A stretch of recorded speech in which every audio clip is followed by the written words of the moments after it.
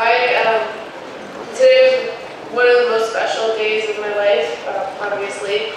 Winning a gold medal at the Olympics is one thing, but being able to share it with these two, they're two of my greatest idols, and I used to watch them ski since I can remember, and I really modeled myself after them. So to be able to be in this moment with them and to share it with my family and my friends and my team, my coaches, everybody who's been in my past and who's going to be in my future, I'm really happy about it. And I really like what Marlies just said about not losing the gold but winning the silver. I think it's an amazing attitude, and I actually thought in between runs that she was going to get on the podium today because she's just that strong. And same thing with Katrin.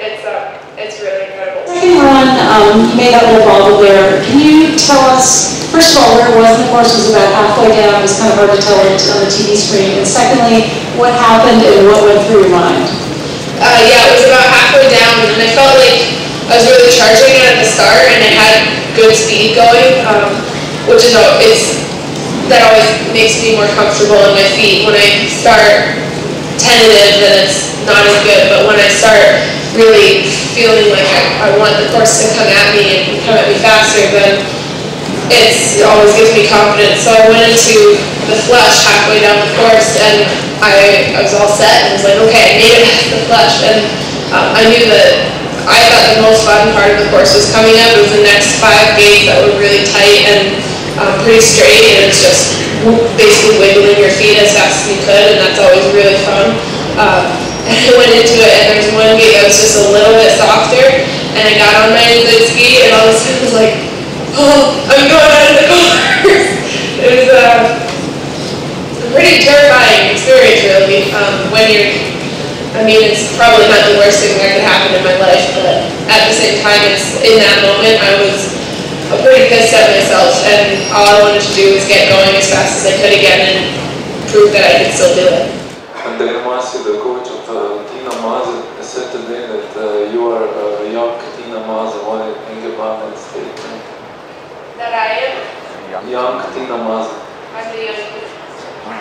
That's not a bad place to be considering her season last year and her Olympics this year.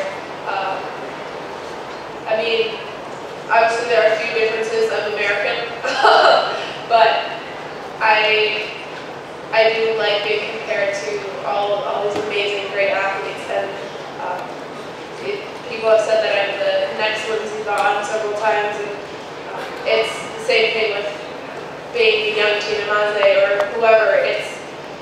It's amazing to be compared to them, and I'm really honored to have that comparison, but I don't want to be the young Tina Maze or the next Lindsey Vonn. I want to be Mikaela Shiffrin, and hopefully this gold medal is gonna prove that. It's funny because I'm not really sure that this is reality right now.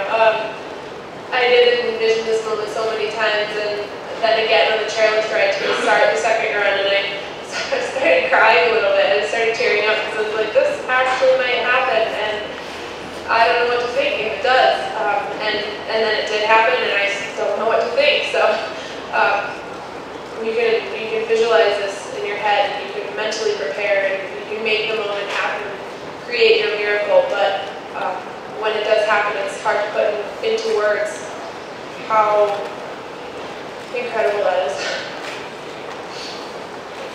Mark Brewer, Voice of America. So when you have the half-second lead going into your second run,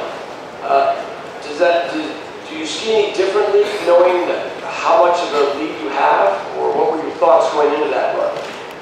Well, I knew that I had, a half-second. It's a little bit of a cushion, but it disappears really fast. I've learned that several times, coming from behind and winning, and also being ahead and losing. So I knew that I had to give it my best shot, but not do anything extra and not do anything less. And I was psyched with my second run because I had that huge mistake in the middle of the course, and I feel like I got back on track pretty fast.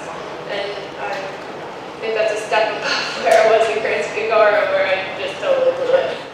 Kelly Whiteside from USA Today. Mikaela, how do you think your life will change? From what I've heard,